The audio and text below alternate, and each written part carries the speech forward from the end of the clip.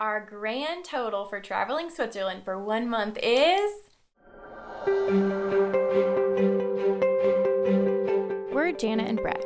Since our honeymoon 9 years ago, we've spent more than 24 months living and traveling in Europe. So far, we've ventured to 25 countries, but our goal is to visit every country in Europe and to explore every nook and cranny of the Alps. Today's video is going to be a little bit different than normal. And that's because instead of taking you on an adventure, we're going to share with you exactly what we spent for 1 month in Switzerland. But before we jump into the details, I have a little story to tell you. So when I was a teenager, I came to Switzerland for the very first time on a family vacation, and I fell in love with the country. And I remember telling my daddy that I was going to honeymoon in Switzerland one day. And that's exactly what we did. In 2012, we spent 2 weeks traveling Switzerland for our honeymoon. We spent about $5,000 excluding airfare, which would be about $6,000 if you adjust for inflation today. We were young, naive, and inexperienced, but we had a blast and it was totally worth it. Since then, we've been back to Switzerland about 7 or 8 times because we just love this country. But we've never come for more than like a week or so at a time because it always seems so expensive. But this spring, we started wondering, is Switzerland really as expensive as we think? What if we spend a whole month there and it actually turns out to be more affordable? So if you're wondering how to travel Switzerland on a budget, we have good news for you. We're going to share our cost of living expenses for 1 month in Switzerland, and then you can decide whether it's affordable or not. The two of us spent 30 nights in Interlaken, and we broke our expenses down into 4 categories: lodging, transportation, food and drinks, and sightseeing and entertainment. Let's go through each category and then we'll share our grand total for 1 month.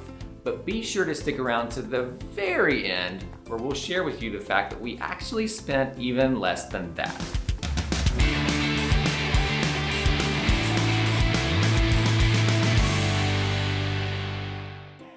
Our first category is lodging. We booked 30 nights in an awesome Airbnb in Interlaken for only $1,900. You guys, that's less than $450 per week, including the tourist tax, which you have to pay no matter where you stay. So here's how we got such a good deal. First, we stayed more than 28 nights, which gave us a massive 39% Airbnb monthly discount. Second, we messaged our Airbnb host and asked for a greater discount. Now, obviously, they didn't give us one because it was already 39% off, but we always ask, and I'd say about half the time they give us one. And third, we stayed in a more residential area instead of the city center. We prefer the quiet suburbs better, it's also cheaper than the city center, and we were still only a 7-minute walk from the train station. Before we jump into the next category, we have an important public service announcement. Our flight to Switzerland was on Swiss. Not Swiss Air, not Swiss Airlines, we flew Swiss. I tried to tell you that. Seriously, we really enjoy reading and replying to your comments, and we learned so much from you. But it was pretty hilarious when Jana was replying to the same comment about Swiss for the 44th time. Okay, now that we have that cleared up, let's talk about transportation.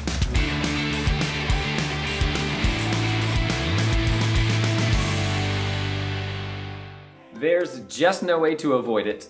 Public transportation in Switzerland is fabulously expensive. Fabulously. Probably more so than you'll find anywhere else in Europe.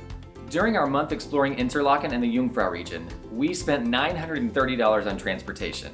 That's $409 for our Swiss half fare cards, $138 for trains to and from the airport, $230 for trains, buses, and boats during our stay, and $153 for mountain lifts. I know, not cheap, but there were some key choices we made that kept it from being even more out of control. The first was choosing to stay in Interlaken.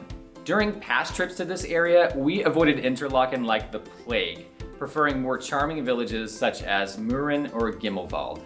But for this month, it just made practical sense. Interlaken has the most well-connected transport system in the region, making day trips to multiple valleys, lakes, and nearby towns a breeze. Staying here allowed us to spend less time and money getting to the most beautiful spots and more time actually enjoying them. An added benefit of staying in Interlaken is that we both received the Interlaken Visitor's Card, which covered public transportation throughout Interlaken and nearby villages for our entire stay. And when he says covered, he means completely free. This card enabled us to reach the Niederhorn lift, the St. Beatus-Holen caves, and the super charming village of Isetwald for nothing. On top of that, we could go halfway around Lake Brienz and one stop more toward the Lauterbrunnen Valley before we ever had to purchase a train ticket. In total, these Interlaken visitors cards saved us over $400 during our month in Switzerland. But you could gain even greater cost savings if you take advantage of the sightseeing discounts available with the cards. The second decision that saved us money on transportation was choosing to buy the Swiss half fare card. We paid $409 to buy a card for each of us, and they do exactly what they say. Give you a 50% discount on public transportation in Switzerland. It took some time to recoup the cost of our cards, but after our month in Switzerland, they had completely paid for themselves and saved us an additional $115. The best part is that we're now entitled to a 50% discount on all public transportation in Switzerland for an entire year. There are a few other strategies we use to save money on transportation in Switzerland, but you've already been staring at my face for way too long, so let's move on to food and drinks.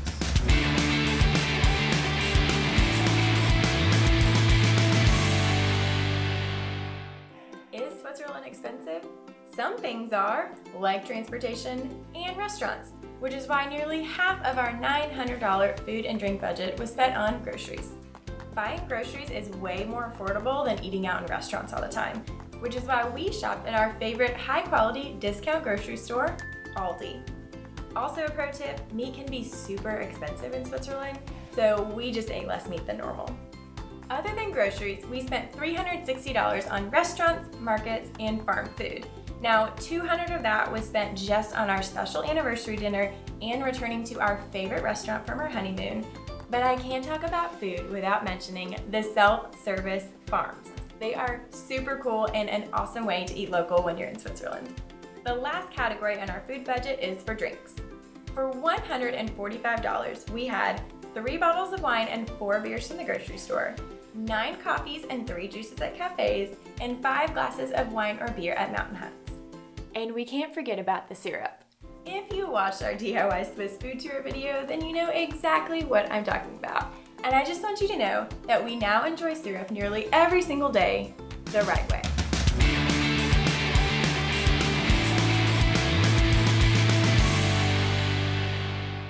Before I tell you what we spent on sightseeing and entertainment, I need to tell you a couple things. In our opinion, the best entertainment is going for a hike in the beautiful Swiss Alps.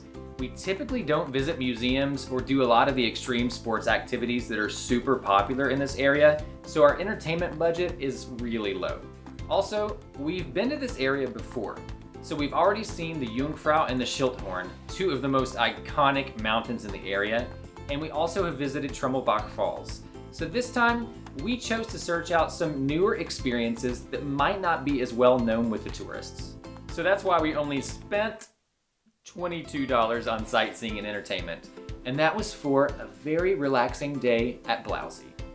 Obviously, if you come to Switzerland for the first time, you're probably gonna spend more than we did on sightseeing, and that's totally okay. We work while we travel and spend months at a time on the road, so it's more important to us to find a sustainable lifestyle pace than to experience everything in a single trip. And now the moment you've been waiting for. Our grand total for traveling Switzerland for 1 month is $3,742. But hold on, because it's actually even better than that. And that's because we saved an additional $1,440 using credit card rewards. Now, I won't go into all the details, otherwise this video would be like an hour long. But it's helpful to know that we saved up enough points through various programs to completely pay for our half fare cards, all of our mountain lifts, $600 towards our Airbnb, and $110 of our groceries. If you're interested in knowing more about the credit card strategies we use, let us know in the comments below. After subtracting credit card rewards, our grand total out-of-pocket costs was only $2,300 for 1 month in the Swiss Alps. So if you're wondering, can you afford to travel Switzerland or how to travel Switzerland on a budget, you might just need to stay for a whole month. Remember, every traveler is unique, and you certainly don't have to travel like we do. But we hope this helps you even a little bit as you plan your next trip to Switzerland.